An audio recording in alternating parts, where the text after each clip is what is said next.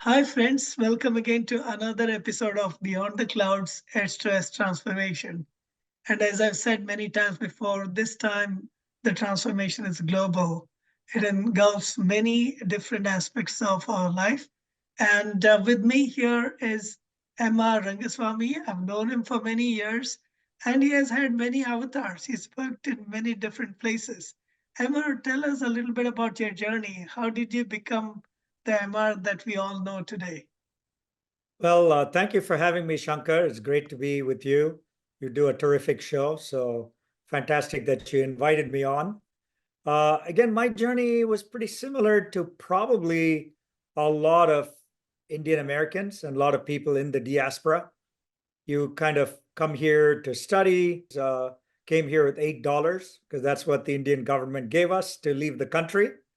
Got my MBA, then decided, why not stay back on my training visa? Did that. Then why not get a green card? Then why not become a citizen? Why not get married? Why not have kids? Why not settle down in the US? So I'm sure a lot of people have had a journey like that. And so not that much different. Very true. That's the story of immigrants adding what they call plus one every year and till they find themselves settled down with multi generations. But unlike many who started off as engineers, doctors, I believe you had a different journey. And tell us a little bit about that. I was a confused person or a lost soul. I don't know what you want to call it. I still am. So I started my education by doing a bachelor's in accounting or commerce, as they call it in India. Didn't like accounting. So I said, oh, why not try a stint at law? Since a lot of people in my family were lawyers, they encouraged me to try law. Tried that for a couple of years and said, that's not for me. And then my brother, who was the first immigrant from my family to the United States, was visiting India and he said, hey, why don't you come to the US? Maybe you'll find something here. So I said, okay, I'll go do my MBA. So I started my MBA first in operations management. Kind of thought that was cool. But then I took some marketing courses and said, why not do marketing? That was cool. And so kind of did multiple things and then ended up after my MBA in a job in manufacturing. So figure that one out, right? So really wandering around, trying to figure out what to do in life when I met a consultant during my manufacturing job who was training us on some stuff. And he said, tell me about yourself. So I said, I got an MBA, I use computers at work. He says, what the heck are you doing here in Houston, Texas? You should be in Silicon Valley. This was 1982, okay? When you recall those days, there was nothing called the internet, no Facebook, no LinkedIn. So I go, this is great. He told me about this place called Silicon Valley. I have no idea where it is, what kind of companies exist, how do I get a job? So of course I made my way to the public library at that time. That was the only resource. Thank God there was a resource. And then used a machine that most people today watching your show, they remember it, they're too old, something called the microfiche. And this was Hmm. something where you would take an old document, you would run it under the microfiche, and it would pop up on a screen with the documents, enlarged, right? So use that to find job openings in San Francisco, in San Jose, in the Bay Area. Wrote some companies the old-fashioned way, type out a resume, put that in an envelope, put a postage stamp, mail it out. Did that, and then one of those companies was crazy enough to interview me by phone, not Zoom, by telephone. They liked me enough that they said, oh, we'll fly you out to California to do the final interview. Flew out, got the job. So all those resumes resulted in one interview, one job. And that's how I made my way to Silicon Valley. I recall microfiche was cutting edge technology in those days. Absolutely. What I find interesting about your journey is that although you claim not to have been in technology with technological degrees, you have literally supported hundreds of companies on their way to making technology companies successful. How did you end up doing that? Yeah. So again, I took this risk. I was a single guy at that time in 82. I'm like, okay, let's go to Silicon Valley, got a job in a company. I didn't realize that was a startup. I mean, so I go to this company, the company was doing 1 million in revenues, doubled and doubled. And 3 years later, it was like a big company. And then it went chapter 11. I'm like, holy cow, this is what a startup is, right? It 99% of startups don't succeed, right? I'd learned the lesson the hard way, the old-fashioned way, I guess. And I'm like, I need a job. But luckily, managed to get a job as a consultant at Deloitte because as part of implementing our software, I'd gotten to know people. So that's kind of how I went into consulting. So really cut my teeth in terms of implementing software, helping customers, learning how they do business, as opposed to writing code and doing things in the tech field. So I was on the other side of the business, which was more of consulting, and then moved into marketing, and then moved into sales. So, cut my teeth in many different facets of a software company, not in the hardcore, product development, right? And then after a couple of years, a consulting job is really merely a stepping stone, right? It's not something most people do for life. And so my old boss, who was at my first startup, had gone to a small company called Oracle. And Larry Ellison was trying to develop application software. So he was talking to my boss and he says, hey, I know someone who's done applications. So he said, bring him in. So next thing I know, I'm working at this company called Oracle. My cubicle is outside Larry Ellison's office because we were running out of space every day, right? And so I would see Larry literally every day come into the office. He would chit chat with me for a minute or two on his way in or out and learn as to what I was doing. And soon he started liking me. And lo and behold, a couple of years into the company, I was made a vice president, fast track, and in the application space. And I helped launch Oracle's application business. And so launched the ERP products and many other products. And so really got into that side of the house. And Oracle was an amazing place because Larry only hired type A personalities. And he let us all fight it out, and the best person won, right? So it was one of those environments where you had to really work hard and push your way to the top, or you got pushed down. So it was a terrific place. Worked there for 4 years, had a great time. But I had the bug to get back into a startup. Even though at Oracle, the company doubled every year. It went from 125 million to 250 million to 500 million to $1 billion. It's a fantastic ride, but it was not a startup. So I then went to another startup, and this one was very similar to the first one, right? So doubled every year. And the third year, it went chapter 11, you guessed it. So I'm like, oh my God, the startup world is not what it is touted to be. You go start a company, be a founder, you're an overnight success, and you've made it like Bill Gates and everything is history. That is not the story of Silicon Valley. Story of Silicon Valley is try, try, try again. If that's what you're inclined to do, or get out. Don't be in the risk-taking business, right? So again, after that startup, I went to another company, and this time it was a better position. It was a company that was close to going public, and they needed a chief marketing officer. I'd known this company for a while, so I was brought in to help with the selecting bankers, writing the roadshow presentation, the documents, and taking the company public. So that was my lucky company, I guess, the third time's the charm. Company went public, company was worth a lot of money, and quote unquote, I'd made it. So that is my story. Chapter 1. That's a fascinating journey. A lot of people just say, stick with your guns and do the right thing and just go deep, deep, deep. Instead, you went broad into many different areas. I'm sure that wasn't the most common advice in those days. But No. today, if you go deep into one area, there's always that risk that generative AI will make that area disappear. What suggestion do you have for people who are aspiring to do different things today Because the world Yeah, is changing very fast. it's a very good question, Shankar. I think today's Gen Z or whatever you want to call them have a very different mindset and mentality. I think to start with, I think they want to try different things, but also their path is quite different. You know, they question sometimes the loyalty, being loyal to a company or an employer.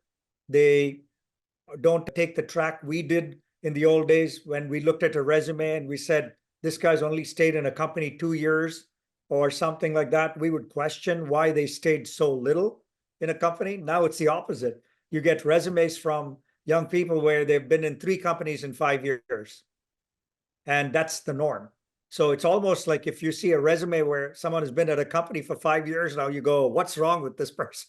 Right? So I think today's mindset is to try different companies, try different types of jobs. And so I think it's inherent in them. But what I would tell young people today is take that leap, do different things. If you're a college student, take a gap year, work in a nonprofit, you know. So I tell young people today, the world is your oyster. You can do whatever you want when you're young. And again, keep in mind, Shankar, you know, our generation thinks differently because our parents told us, you know, study hard, be a doctor and engineer, do this, do that, get a job, get married, have kids. And by the time you did all this stuff, you're 28 years old. And then you go, wow, what do I do for the rest of my life?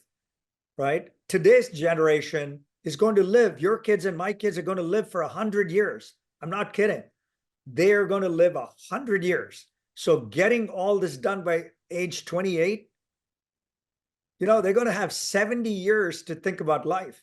So I tell the next generation, you ask me, what do I tell them? Take your time. Take more time to get your education. Take gap years. Do different things. Don't get married at 22.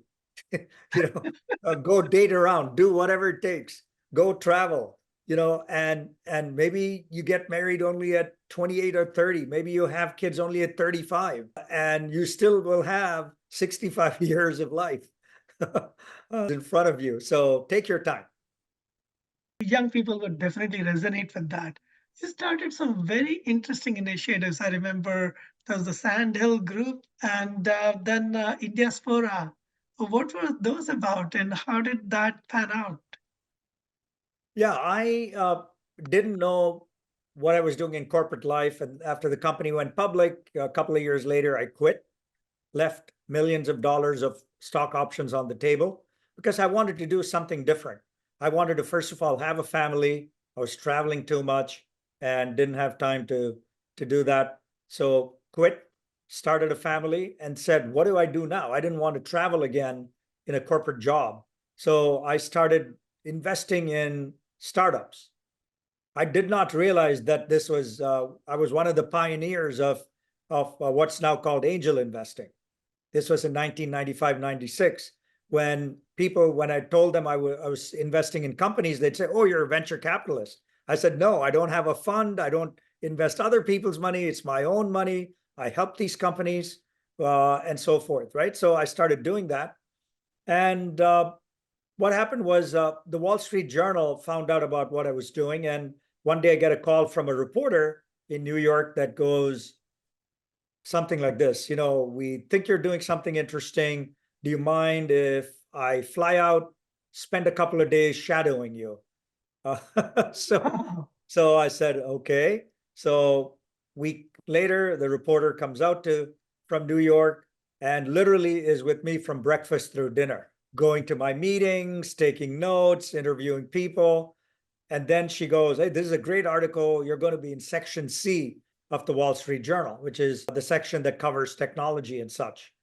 Then she submits a story. Then she calls me back on a Sunday and says, I've submitted the story, but the editors have taken a look at it and they love it so much they're going to put you on the front page on Monday. I didn't realize what that meant, but this was in the 90s. Monday morning at 6 a.m., my phone starts ringing off the hook because the journal comes out in New York at 6 a.m. California time, right? So people look at it and call me and say, hey, you're on the front page. And I don't even subscribe to the journal. So I had to put on my clothes at 6 a.m., go down to the grocery store, buy a copy of the journal, And it was fun because when I was checking it out, it goes, "That's your picture on the front page." You know, but I didn't realize the power of the media. That's when I really looked into it, when I got over 1,000 phone calls in the first week. I just stopped picking up my phone. It would just go to voicemail. Voicemail box would get full in 30 minutes. I had to delete all the messages. 30 minutes, it would get full again. If not, the phone would just keep ringing. So it was interesting to be on the front page, and that was my 15 minutes of fame. But that's just a side story. But my real passion was to build communities, because when I was chief marketing officer at all these different companies, like at Oracle or at this other software company, I built a whole set of binders full of business cards because I was in marketing, right? You exchange business cards with hundreds and thousands of people. When I left my job, my assistant at that time was nice enough to put them all into binders and send them home with me in boxes. So I opened this. I had literally, I'm not kidding you, Shankar, over 4,000 business cards. I sit and go, what do I do with this stuff? And then I was talking to friends and they go, hey, you should have a party. I said, what do you mean? He said, have a conference, which is an excuse for a party. And then you can keep in touch with all these people because there's nothing like LinkedIn or anything to keep in touch. So I said, okay, maybe I'll do a conference. And that's when I started looking at building a network, not a conference, but building a community, building a network that makes an impact. And that's when I started my first group called Enterprise. It still exists today. An enterprise is a group of, limited it to a group of 100 CEOs who do enterprise software in the old days. Now we call it SaaS, so software as a service. So it's a group of people. We limit it to 100. We get together once a year. Originally it was at Pebble Beach. Now it's at Half Moon Bay. And everybody pays $10,000 to be part of the network. And we give away all the profits to nonprofits. So that was my first stint at philanthropy, was to actually put together a group where I didn't make any money. We brought people together to talk about the software industry, to talk about how to raise money or sell their company or fire the management team or get a new board member, whatever they wanted to talk about in a group of CEOs, but at the same time, give back money to nonprofits. So that was my first stint, and I loved it because working with a community, giving back money and giving back time. And this group has given away over $20 million to date. Not only do we give our profits to nonprofits, but literally every CEO is touched by the types of nonprofits we bring there. They give more money from their company, like CSR money or foundation money, give their own time, join the board, be an advisor. So these nonprofits have done extremely well by being part of this enterprise group. So that was my first stint at forming a network or a community that makes an impact. And now you have something called Indiaspora. What is that about? Well, that's really my third network. I have something in between as well. So, when I'd done this, I was trying to see what else I should be doing. And I had 2 young kids at the time, and I wanted to be a good role model for them. And some of my friends said, you got to try something like you do with tech. Try that in green tech, clean tech, with the new type of stuff. So you'll be a good role model for the next gen. So I didn't know anything about the space. So went and interviewed about 75 executives in the Fortune 500 to see what is this thing called sustainability or climate change or climate tech, whatever they were calling it at that time. Keep in mind, this was 16 years ago, way before ESG and all these new acronyms came and everybody was into climate. So I started looking at it and ended up forming a group called the Corporate Eco Forum 16 years ago, which has now become a group of members of 80 of the world's largest companies. So companies like Amazon and Apple and Disney and UPS and Ford are all members, and they total over $5.5 trillion of revenues. It's like a G3 country or whatever you want to call it today. It's one of the world's largest countries if you added up all these companies, right? And so we work with the chief sustainability officers in these companies to mitigate climate risk by reducing greenhouse gases, helping them buy more renewable energy, giving them best practices on building sustainable supply chains, bringing them together. again, all these are closed networks. So you'll never hear about enterprise. You'll never really hear about corporate eco forum because these are closed networks that make an impact. And so once I'd done that, then I had the urge to do a third network. And that's when I started Indiaspora, which is my baby, which is only 11 years old.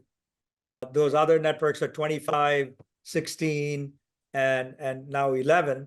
And this one was to really see what we could do to help the diaspora be a force for good. As you know, Indian Americans are very successful. We are the highest earning demographic. We're 7% of the doctors in this country, 10% of the IT workforce. We do amazing things, for a community that's only 4.5 million people in the US, literally 1.5% of the population, right? But the question is, how are we doing things to help our own communities, help society, help India, help the world? And that's the big mission of Indiaspora, is to be a force for good, to do service, to do philanthropy, to help the communities we live in, to help the global diaspora. So that's when I started this 11 years ago. You've been Yeah. doing these things for decades, and I still see in you the energy of a teenager. What gets you up and running every single morning, and what are the causes that you're aligned with at this stage in your life? Well, I love meeting people. So that is at the heart of what I do. Is I love to meet people. I love to know what they do, who they are, what drives them, what passions they have, and how I can help. So I end up meeting people, not to just meet them, but to get to know them and be helpful. So having met thousands of people, you can say I meet Shankar. I know Shankar should connect with John because there's going to be something good, magical that comes out of that connection. So I do that all the time. I'm a matchmaker, except it's not for, getting married. So it's matchmaking to add value to two people. And so I love that. That's at the heart of what I do. And so all these networks come from that desire of mine to just meet and help people. And so each one of these networks has people at the center and connecting people to other people as part of, making an impact. And so at Indiaspora, for example, when we had COVID, the Indiaspora community in the US rose up, and within 1 month, we raised $15 million for COVID relief. I mean, this is the kind of magic that can happen when enough people get together for a common purpose, for doing good. When you kind of switch out from making money to doing good, it changes your perspective on life. Very true, very true. Now, I see a fundamental difference in the way you organize these networks versus, say, social media. There's LinkedIn, there's all kinds of online networks, and there are attempts to bring people closer online. What's the fundamental difference? Why is it that your networks come together much closer and are able to produce phenomenal results, either commercially or for the good of communities? Yeah, I think the first thing we do is our networks have to first be physical before we have a virtual component. There's no substitute in the world, except during COVID, where we had to kind of constrain ourselves and be present virtually. There's nothing like meeting you face to face. There's no substitute for it. So that, I think, is at the heart of it. The second principle is no quid pro quo. So if I meet you and you ask for help, I help you with no returns expected. Just pay it forward and leave it at that. So all our networks have that as the ethos, is like no quid pro quo. Just because I'm helping you, I don't expect you to pay me money. I don't expect you to do a favor for me. It's just help people and rise up the entire community, right? Strengthen numbers. By helping each other, we move up the entire community, whatever community that is, right? And so that's at the heart. And the third thing we use is no selling. You can't come and sell anything to anybody in our network. If you do it, you're disinvited, okay? It's all about sharing, collaborating, helping.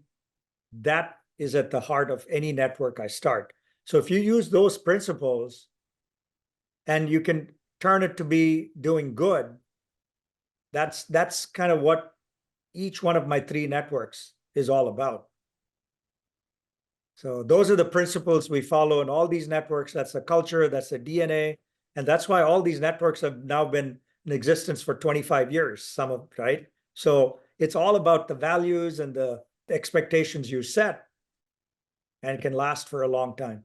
It's very true. The values matter more than anything else, and the values Absolutely. put in practice really are magical. So, in what ways has your life changed? You've done these things over time.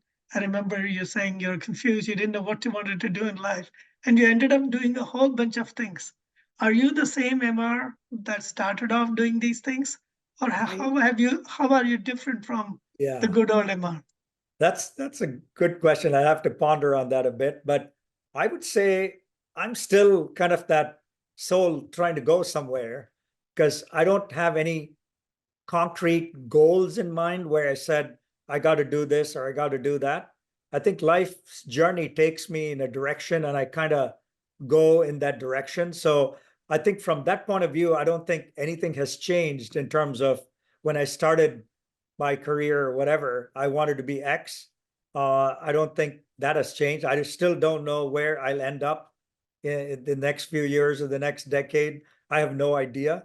But I think I've changed in that I've obviously gotten more mature. I've gotten burnt. I've learned my lessons. I've done something good and something not so good. So, life's journey has made an impact on me. But I think the biggest gratification I get is improving something for someone, whether it's their job, their personal life, making an impact on society in some way. That brings the greatest joy for me. And in talking to people who are older, one of the biggest regrets I've heard from people is I didn't start giving back sooner, because our human nature is to first save, save, save, accumulate, accumulate, accumulate. And then we think when we're old, we'll give back. I think that is absolutely not the way to go. Even a person who's 20 years old can give something back at that age, whether it's to a person on the street or doing some kind of service. Helping someone can be done even when you're young, and you don't need to wait till you're 60 and you're retired to do this, right? So that is something that I tell people, even young people, is what are you doing to help others? And they'll say, oh, I'm just got my first job, I'm busy making money. I'm like, you can still help people, you can still give. That's so true. One of my mentors did something interesting. He gave me $101 bills and said, find 100 worthy people that you can give it to. And he said, if you can do it in one day, that'll be fantastic. It took me almost a month. And that's when I realized how frugal we are in our own mind. Even if somebody gave me the money, it takes me time to give it to someone else. And that is a great lesson in sharing and paying it forward, or just going ahead and doing things just because. So, well, it's exciting to hear about all these things. And I've seen each of these networks, including Indiaspora, do amazing things. Indiaspora, particularly during COVID. And post COVID, I think they are doing some very interesting things too. And all power to you. There is this concept called being a flaneur. Nassim Taleb popularized it. Do you know about that? Which is going where life takes you, and you seem to be the epitome of being a flaneur, going in a direction that's most meaningful at this time. Do you subscribe to that? I don't know much about it, but the way you describe it, it looks like that's the journey I'm taking. And like I said, I love meeting people. I love connecting with people. So for those of your listeners and viewers, look me up on LinkedIn and connect with me on LinkedIn. That's a great way to keep in touch, or visit any of the websites of all these organizations I talked about, whether it's enterprise, it's enterprise.sandhill.com, or you can go to sandhill.com and you'll find it. Or EcoForum is the website for the Sustainability Network, or indiaspora.org is a network. All of them have newsletters. We keep in touch. There's no commercials, no sales, none of that stuff. It's just to keep in touch with our networks. So many, many different ways to connect. And I think, Shankar, I want to thank you for just having me on and letting me tell my story.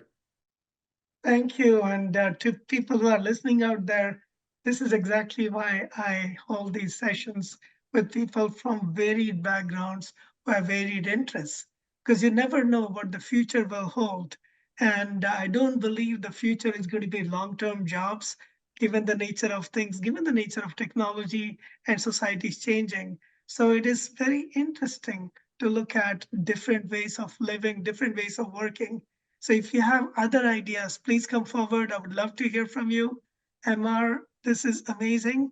And no wonder people have started calling you Mr. Rangaswamy for your initials. And I look forward to meeting you face to face. It has been a very long time.